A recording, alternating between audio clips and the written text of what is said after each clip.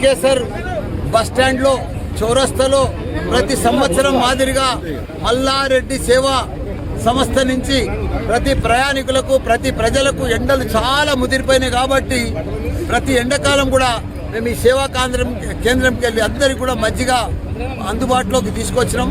అందరూ కూడా ప్రజలందరూ కూడా మంచిగా మజ్జిగ తాగి ఎండకు మంచిగా అందరూ కూడా ఎండ ఉడతెప్ప తలగొద్దని అందరికి కూడా మనవి చేస్తున్నా. ఈ ఎండ చాలా డేంజర్ ఎండ, అందరం కూడా కాపాడుకోవాలి. జై తెలంగాణ.